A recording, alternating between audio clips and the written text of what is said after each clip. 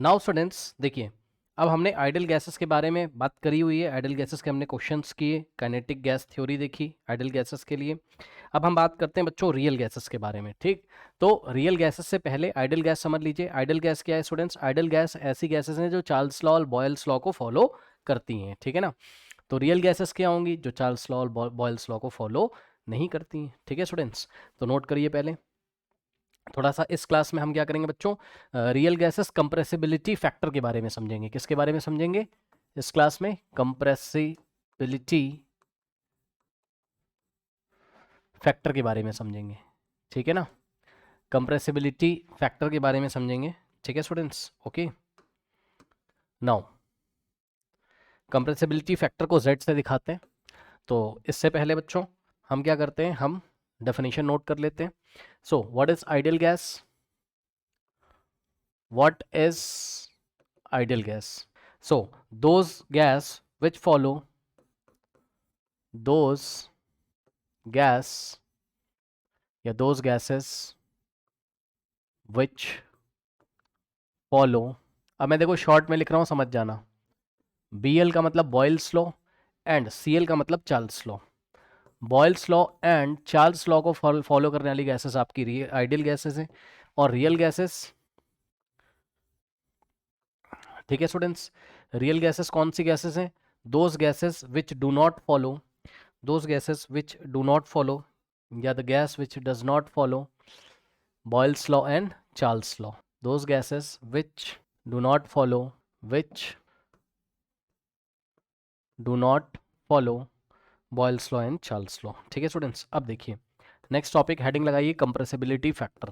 Compressibility factor, okay, Z। सो compressibility factor Z क्या होता है? देखिए बच्चों, सबसे पहले इसके लिए आप आइडल गैस इक्वेशन लिखिए। P V is equals to N R T, सही है, P V is equals to N R T. और यहाँ पर आप एक काम कर सकते हैं, ध्यान से चेक करिए बच्चों, एन आर टी से बोथ साइड डिवाइड लगा दीजिए। तो क्या किया आपने? P V is equals to N R T, इस इक्वेशन में क्या किया आपने? एन आर टी से लेफ्ट हैंड साइड भी डिवाइड लगाया और एन आर टी से आपने राइट हैंड साइड भी डिवाइड लगाया, ठीक। तो क्या हो जाएगा नेक्स्ट स्टेप में? P V upon N R T. So P V upon N R T is equals to, ये इससे कट जाएगा और आंसर कितना आएगा? 1। करेक्ट, आंसर कितना आएगा यहाँ पर? 1 आएगा, ठीक है स्टूडेंट्स। ओके, तो ध्यान से चेक करिए, जो P V upon N R T है इसी को हम क्या बोलते हैं? कंप्रेसिबिलिटी फैक्टर बोलते हैं। इसी को हम क्या बोलते हैं? कंप्रेसिबिलिटी फैक्टर बोलते हैं, ठीक है स्टूडेंट्स। अब ध्यान दें, ये जो कंप्रेसिबिलिटी फैक्टर है इसको हम Z से दिखाते हैं। ये जो P V upon N R T है इसी को हम क्या दिखाते हैं? इसी को हम क्या बोलते हैं? Compressibility factor Z। अब सुनो, कौन सी गैस रियल गैस है या कौन सी गैस आइडल गैस है, ये डिसाइड करने का तरीका क्या है? आप Z को चेक कर लीजिए। ये डिसाइड करने का तरीका क्या है? Z को चेक कर लीजिए। यदि Z इज इक्वल्स टू 1 है, अब आपके सामने Z इज इक्वल्स टू 1 आया है, कैसे आया है मैंने आपको दिखा दिया। ये कौन सी इक्वेशन थी? Idol gas equation. तो आइडल गैस इक्वेशन के लिए पीवी अपॉन एनआरटी 1 आया है और पीवी अपॉन एनआरटी को ही तुमने Z बोला है, ठीक है ना। तो भाई ये रिजल्ट कैसे आया है? ये रिजल्ट आइडल गैस इक्वेशन से आया हुआ है, ध्यान से चेक कर लीजिए। ये रिजल्ट कैसे आया हुआ है? तो जवाब है ये रिजल्ट आया है आइडियल गैस इक्वेशन से, ठीक। ये वाली कोई इक्वेशन कौन सी इक्वेशन है आपकी? Ideal gas equation. तो इसका कहने का मतलब क्या है बच्चों कि z की वैल्यू अगर 1 है तो गैस आइडियल गैस है, ठीक। यदि z की वैल्यू 1 है तो गैस आइडियल गैस है। मतलब पीवी अपॉन एनआरटी अगर 1 के इक्वल आ रहा है, पीवी और एनआरटी का रेशियो अगर 1 के इक्वल आ रहा है तो z 1 है, यानी कि जब z 1 होता है तो गैस आपकी कौन सी होती है? Ideal gas. तो गैस कौन सी होती है आपकी? आइडियल गैस, याद कर लीजिए। और जब z is not equals to 1 आता है, जब z की वैल्यू 1 के इक्वल नहीं आती है तो आपकी गैस कौन सी होती है? रियल गैस होती है, ठीक है स्टूडेंट्स। तो आपकी गैस कौन सी होती है? आपकी रियल गैस होती है। बस यही आपको याद करना है, ठीक है। तो z निकाल कर आपको डिसाइड करना है कि गैस आइडियल गैस है या नहीं। आइए मैं आपको इसके ऊपर एक क्वेश्चन कराता हूँ, ठीक है स्टूडेंट्स। देखिए क्वेश्चन, देखिए स्टूडेंट्स, ठीक। क्वेश्चन में क्या कहता है? 2 mole gas x present in 10 litre, 2 mole gas x present in x gas का नाम है। सो 2 mole gas x present in 10 litre container, ठीक, एक 10 लीटर का बच्चों कंटेनर है और इसमें 2 मोल गैस प्रेजेंट है at 2 atm pressure, at 2 atm pressure, 2 atm pressure and 300 kelvin temperature, and 300 kelvin temperature पे, करेक्ट। ओके, नाउ अब देखिए कह रहा है select the correct statement, select the correct statements, select the correct statements.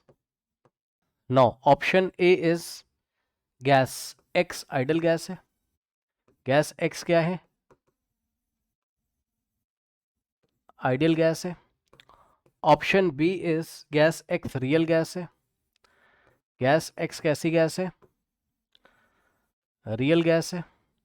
Option C is can not say, कुछ इसके बारे में नहीं कह सकते हैं। And option D is students none. Now अब देखिए बच्चों क्या करो, सारी इन्फॉर्मेशन दी हुई है, देख लीजिए 2 मोल यानी कि नंबर ऑफ मोल्स आपको दिए हुए हैं, कितने आपके 2, सही है। नंबर ऑफ मोल्स कितने दिए हुए हैं आपके 2, सही है। और वॉल्यूम कितना दिया बच्चों गैस एक्स का 10 लीटर, वॉल्यूम 10 लीटर दिया हुआ है, ठीक है। प्रेशर कितना है 2 atm, सो प्रेशर कितना है 2 atm। और उसके बाद ध्यान देंगे बच्चों, सो आपका टेम्परेचर कितना है यहाँ 300 केल्विन। Z की वैल्यू निकाल लीजिए, अगर Z की वैल्यू 1 आएगी तो गैस आइडल गैस होगी, Z की वैल्यू 1 के इक्वल नहीं आएगी तो गैस आपकी रियल गैस होगी, ठीक है ना। चलिए कैलकुलेट करते हैं स्टूडेंट्स। ओके, तो Z का फॉर्मूला क्या है आपका, यहाँ से देख लीजिए PV अपॉन NRT। तो Z कंप्रेसिबिलिटी फैक्टर क्या है PV अपॉन NRT, सो P इंटू V, P कितना है 2 atm और V कितना है आपका 10 लीटर, सही है, अपॉन NRT। N क्या है नंबर ऑफ मोल्स 2, R कितना है 0. यहाँ पर लीटर वाला R रखना है 0.0821, इसमें ही लीटर आता है अगर आप देखोगे तो, इनटू, क्योंकि वॉल्यूम हमने लीटर में रखा है, प्रेशर ATM में रखा है, टेम्परेचर 300 केल्विन, ठीक। नाउ इसको आप सॉल्व कर लीजिए, देख लो भाई कितना आ रहा है, ठीक। ये 2 से 2 कैंसिल हो गया, ये 0 से 0 कैंसिल हो जाएगा, और यहाँ से आ जाएगा आपके पास कितना 1 अपॉन 0.08, चलो सॉल्व कर लेते हैं इसको कैलकुलेटर से। 1 तो नहीं आएगा, 1 तो नहीं आएगा पक्का है ना। सो 0.0821 ओके, और इंटू 30 2.4 कितना आ रहा है 2.463। नाउ अब देखिए 1 डिवाइडेड बाय 2.463, 2.463, तो यहाँ से आ रहा है 0.406, ओके 0.406 कितना आ रहा है 0.406 के आसपास आ रहा है, which is not equals to 1, which is not equals to 1, okay, जो कि 1 के इक्वल नहीं है, जो कि 1 के इक्वल नहीं है, ठीक है स्टूडेंट्स, जो कि 1 के इक्वल नहीं है, ओके। सो ये जो Z है 1 के इक्वल नहीं है, इसलिए ये जो गैस है आपकी, ये कौन सी गैस है, रियल गैस है। So option B is the correct option, option B is the correct option, okay. Now अब देखिए बच्चों, कभी कभी कंप्रेसिबिलिटी फैक्टर की वैल्यू मॉलिक्यूलर वेट के टर्म्स में पूछी जाती है, ओके, तो उसको भी नोट कर लीजिए। देखिए एक कॉन्सेप्ट है आपका value of compressibility factor in terms of molecular weight, ठीक है स्टूडेंट्स ओके। तो उसके लिए देखिए ये आपका Z इज इक्वल्स टू, अभी आपको पढ़ाया था क्या होता है PV अपॉन NRT, सही है।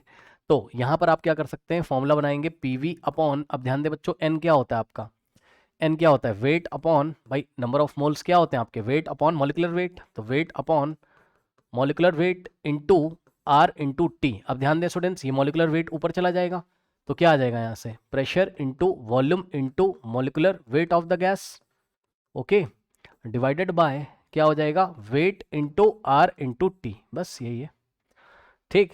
तो ये जो सामने फॉर्मूला है PV into molecular weight upon weight of the gas into gas constant R into temperature, ये कंप्रेसिबिलिटी फैक्टर की वैल्यू है किसके टर्म्स में, मॉलिक्यूलर वेट के टर्म्स में। तो ये बात भी आपको पता होनी चाहिए। अब ये कोई नई बात नहीं है, ये आप कन्वर्ट कर सकते हो, नंबर ऑफ मोल्स की जगह आप आराम से क्या रखोगे, वेट अपॉन मॉलिक्यूलर वेट, तो बात आपकी यहाँ पर बन जाएगी, ठीक है स्टूडेंट्स। अब सुनिए ध्यान से, इतना हो गया, ठीक।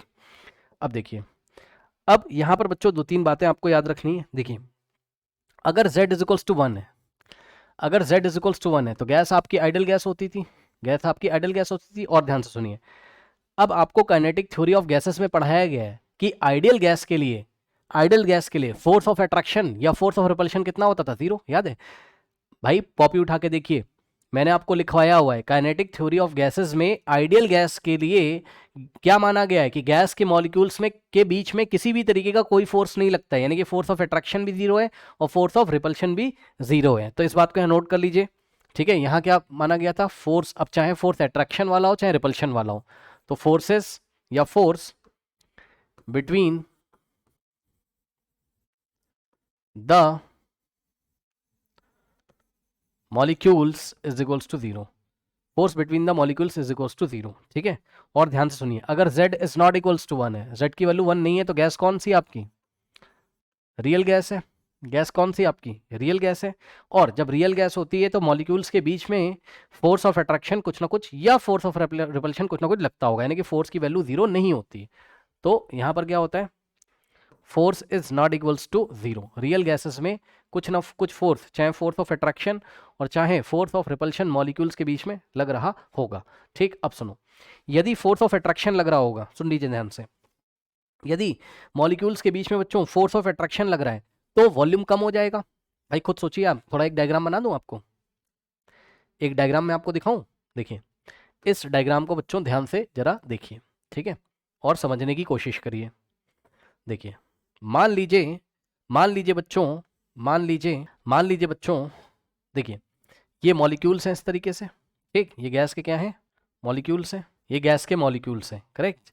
अब देखिए, अगर इनके बीच में फोर्स ऑफ अट्रैक्शन बहुत अच्छा लग रहा है तब तो पास पास आ जाएंगे। खुद सोचो ना, फोर्स ऑफ अट्रैक्शन लग रहा है अच्छा तो पास पास आ जाएंगे, ठीक।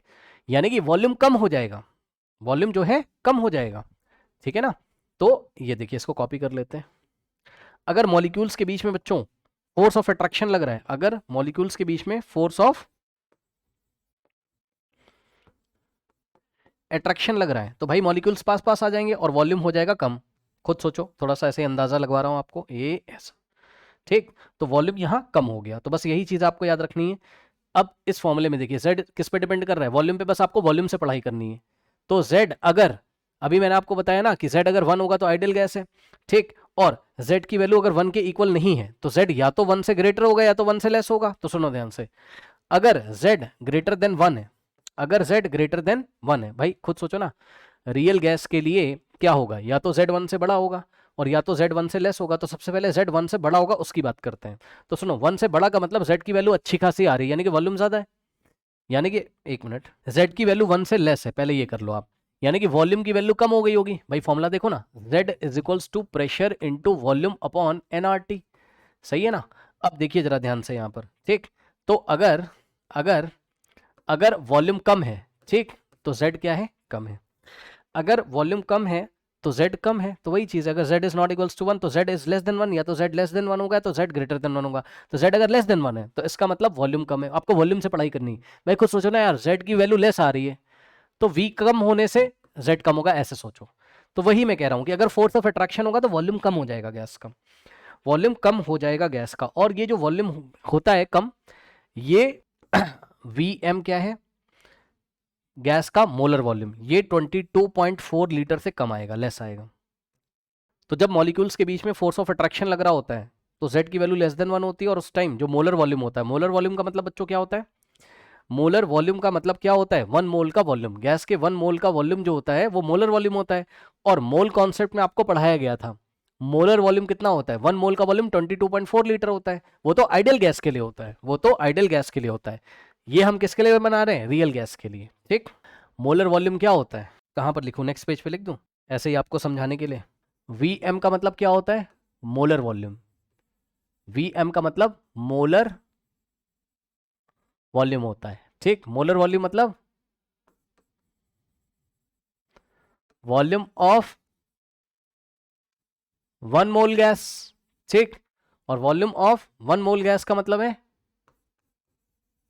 और 1 मोल आइडल गैस कर लो, 1 मोल आइडल गैस कर लो, ठीक।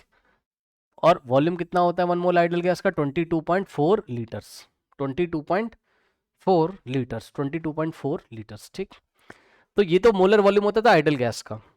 लेकिन आप समझो, ये तो रियल गैस के लिए मैं बना रहा हूँ, ये लेफ्ट हैंड साइड भी राइट हैंड साइड भी, दोनों किसके लिए, ये टेबल किसके लिए, फॉर रियल गैस। अब बताओ रियल गैस में वही मैंने आपको बताया, अगर z की वैल्यू लेस देन 1 है, इसका मतलब पार्टिकल्स के बीच में फोर्स ऑफ अट्रैक्शन लग रहा है, क्योंकि अभी मैंने आपको बताया force is not equals to 0 for real gas. कुछ ना कुछ फोर्स लग रहा होगा, चाहे फोर्स ऑफ अट्रैक्शन हो चाहे फोर्स ऑफ रिपल्शन हो। तो फोर्स ऑफ अट्रैक्शन होने की वजह से ये गैस के मॉलिक्यूल पास पास आएंगे, वॉल्यूम कम हो जाएगा, यानी कि मोलर वॉल्यूम कम हो जाएगा। ठीक, तो molar volume 22 point, molar volume का मतलब 1 मोल का वॉल्यूम 22.4 लीटर से लेस हो जाएगा, ये मॉलिक्यूल्स ऐसा पास पास आ गए। ठीक, ये देखिए।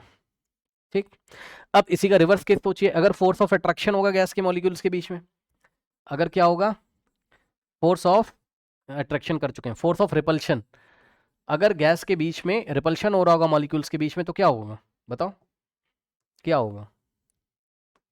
ये देखिए यहीं से पकड़ते हैं इसको। हाँ भाई बताइए, अगर फोर्स ऑफ रिपल्शन होगा तो क्या होगा बताइए, ये ऐसे एक्सपैंड हो जाएंगे, समझ रहे हो ना, सब दूर दूर हो जाएंगे ऐसे ये मॉलिक्यूल्स, या हम एक काम करते हैं ऐसे बना के आपको दिखा देते हैं, ये देखिए ये मॉलिक्यूल्स ऐसे दूर दूर हो जाएंगे, और मॉलिक्यूल्स अगर दूर दूर हो जाएंगे ऐसे तो वॉल्यूम बढ़ जाएगा, वॉल्यूम क्या होगा, गैस एक्सपैंड हो जाएगी, वॉल्यूम बढ़ जाएगा, ठीक है ना। तो कहने का ये मतलब है, और आप देख सकते हो यहाँ से, आप इस फॉर्मूले से भी देख सकते हैं स्टूडेंट्स यहाँ पर। ठीक, आप इस फॉर्मूले से भी देख सकते हैं यहाँ पर, ठीक है ना। ये देखिए यदि वॉल्यूम बढ़ेगा तो कंप्रेसिबिलिटी फैक्टर क्या होगा, बढ़ेगा, यदि वॉल्यूम बढ़ेगा तो कंप्रेसिबिलिटी फैक्टर क्या होगा, बढ़ेगा, ठीक है ना। तो ये देखिए ऐसा है ना, तो फोर्स ऑफ रिपल्शन यदि कैसा होगा, हाँ फोर्स ऑफ रिपल्शन अगर होगा तो z की वैल्यू ग्रेटर देन 1 है, और मोलर वॉल्यूम जो आएगा वो 22.4 लीटर से ज़्यादा आएगा, इस बात का आपको ध्यान रखना है। ठीक है स्टूडेंट्स, इस बात का आपको ध्यान रखना है, ठीक है ना। अब आइए क्वेश्चन देखते हैं। क्वेश्चन में आपको बोला the compressibility factor of a gas is less than unity, the compressibility factor of the gas is less than unity, unity का मतलब 1, ओके, लेस देन यूनिटी, यानी कि वो कहना चाहता है z इज लेस देन 1। ये क्वेश्चन में नहीं दिया था, मैं लिख के दिखा रहा हूँ। ठीक है, compressibility factor less than unity मतलब z की वैल्यू लेस देन 1 है, ठीक है ना। Okay, at S T P, at S T P, therefore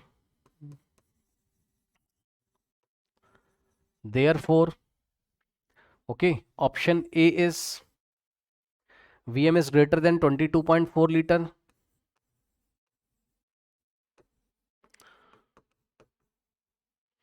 ठीक, option B is less than 22.4 litres.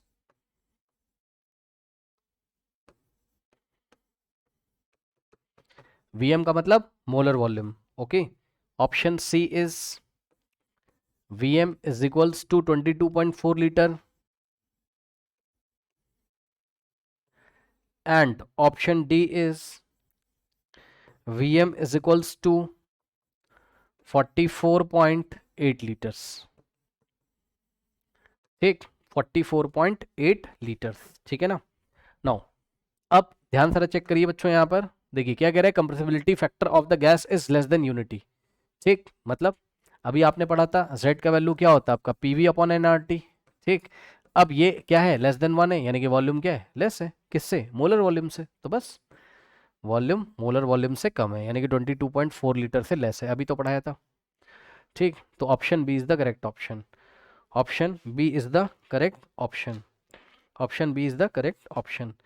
Now students next question देखते हैं बच्चों हम लोग, ठीक है ना। नेक्स्ट क्वेश्चन हम लोग देखते हैं, ओके। कह रहा है the volume of gas A is twice. Now question में आपसे बोलता है the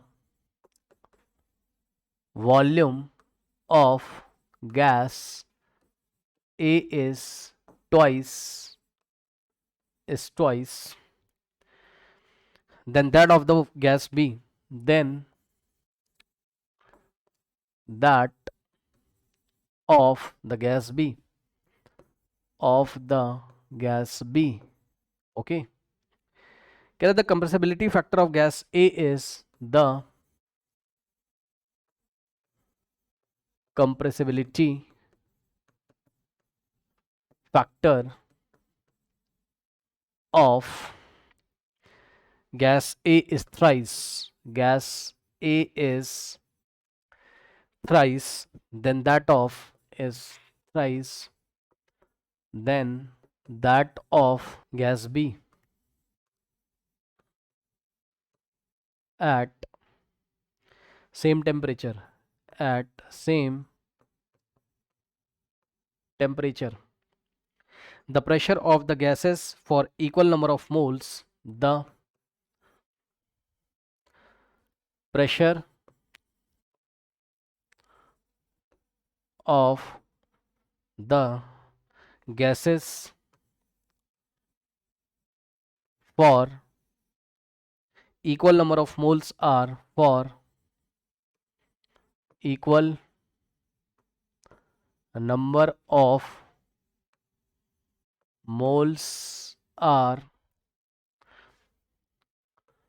option A is Pa is equals to 2 Pb,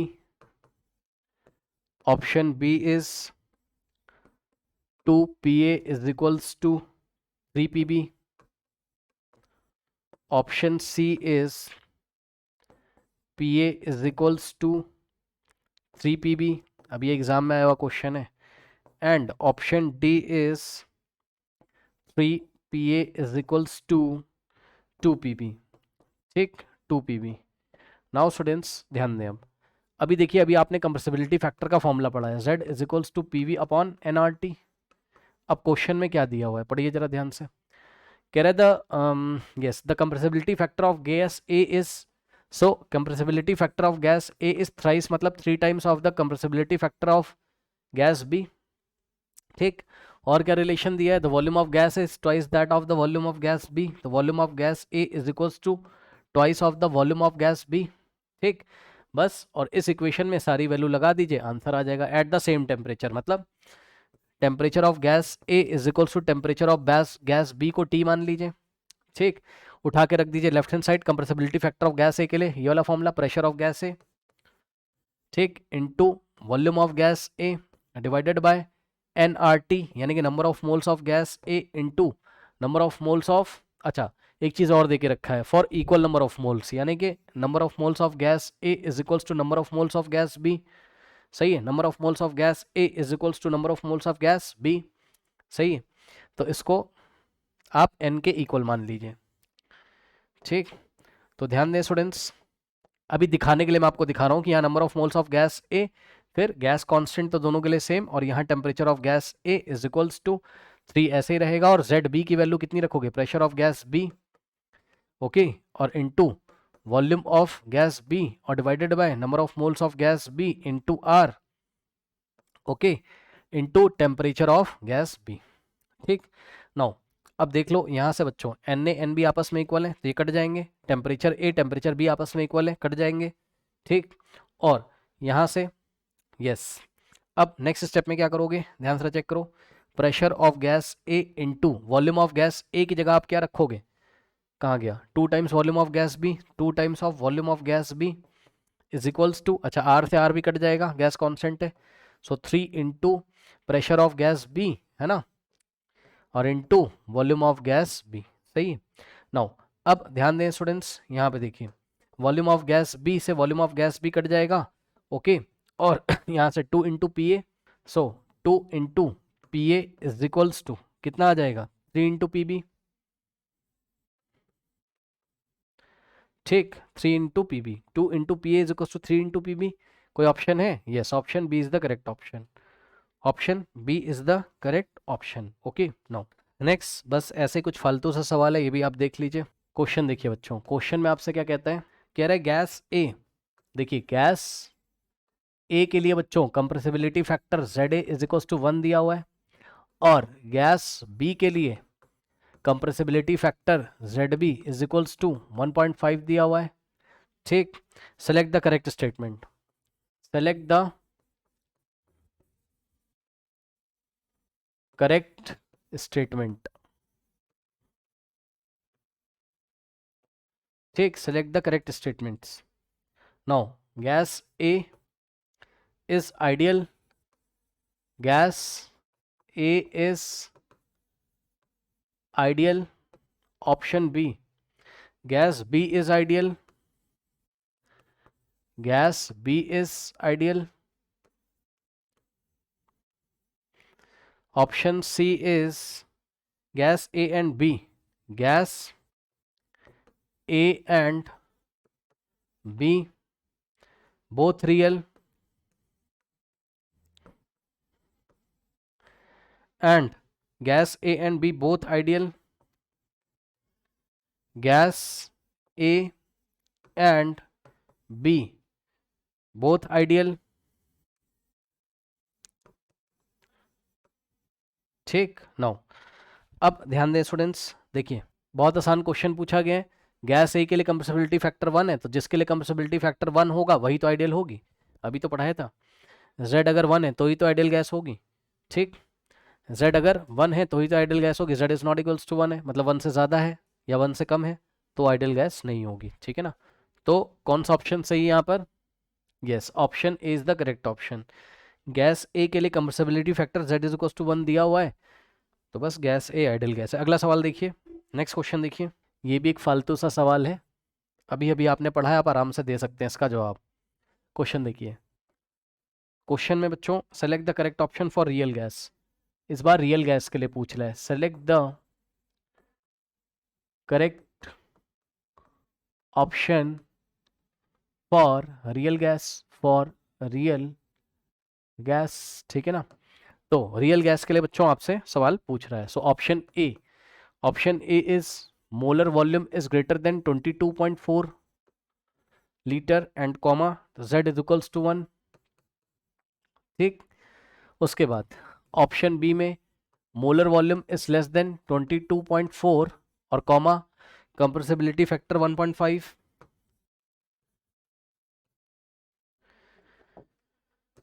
यहाँ इक्वल दिया हुआ है, ठीक। Option C is molar volume is less than 22.4 litre volume, ठीक। और यहां पर Z इज लेस देन 1 दिया हुआ है। And option D is VM is less than 22.4 litre, okay. ये सब लीटर लगा हुआ है, मैंने लिखा नहीं है ना। L का मतलब लीटर, L का मतलब लीटर, L का मतलब लीटर, ठीक। Z is equals to 1, yes. Which option is the correct option? अभी अभी बताया था बच्चों, रियल गैस के लिए Z 1 के इक्वल नहीं होता है। सबसे पहले तो ये ऑप्शन चला गया आपका, ठीक। देखो ये ऑप्शन जा चुका आपका, क्योंकि Z 1 है, वो तो फिर आइडियल गैस हो जाएगी। Z 1 है, ये भी नहीं हो सकता, तो या तो ऑप्शन बी या तो ऑप्शन सी है। अब सुनो क्या पढ़ाया था, अगर आपका Z लेस देन 1 है, 1 से छोटा है, तो VM क्या होगा? लेस देन 22.4 लीटर होगा। किसके लिए? रियल गैसेस के लिए। और अगर आपका Z ग्रेटर देन 1 है, तो मोलर वॉल्यूम आपका क्या हो जाएगा? 22.4 लीटर से ज़्यादा होगा। क्यों? क्योंकि यहाँ फोर्स ऑफ अट्रैक्शन लगता है, वॉल्यूम कम हो जाएगा, और यहाँ फोर्स ऑफ रिपल्शन लगता है, तो वॉल्यूम क्या हो जाएगा? 22.4 लीटर से ज़्यादा हो जाएगा। कौन सा ऑप्शन है इसमें से देख लो। सो Z की वैल्यू 1.5 है, यहाँ पर देख लीजिए। तो Z की वैल्यू 1.5 मतलब 1 से ग्रेटर है, तो Z की वैल्यू 1 से ग्रेटर, तो वॉल्यूम भी 22.4 लीटर से ज़्यादा होना चाहिए, जो कि नहीं है। तो ये ऑप्शन हो नहीं सकता, क्योंकि एग्जैक्टली 22.4 लीटर के इक्वल है, ये भी ऑप्शन नहीं होगा।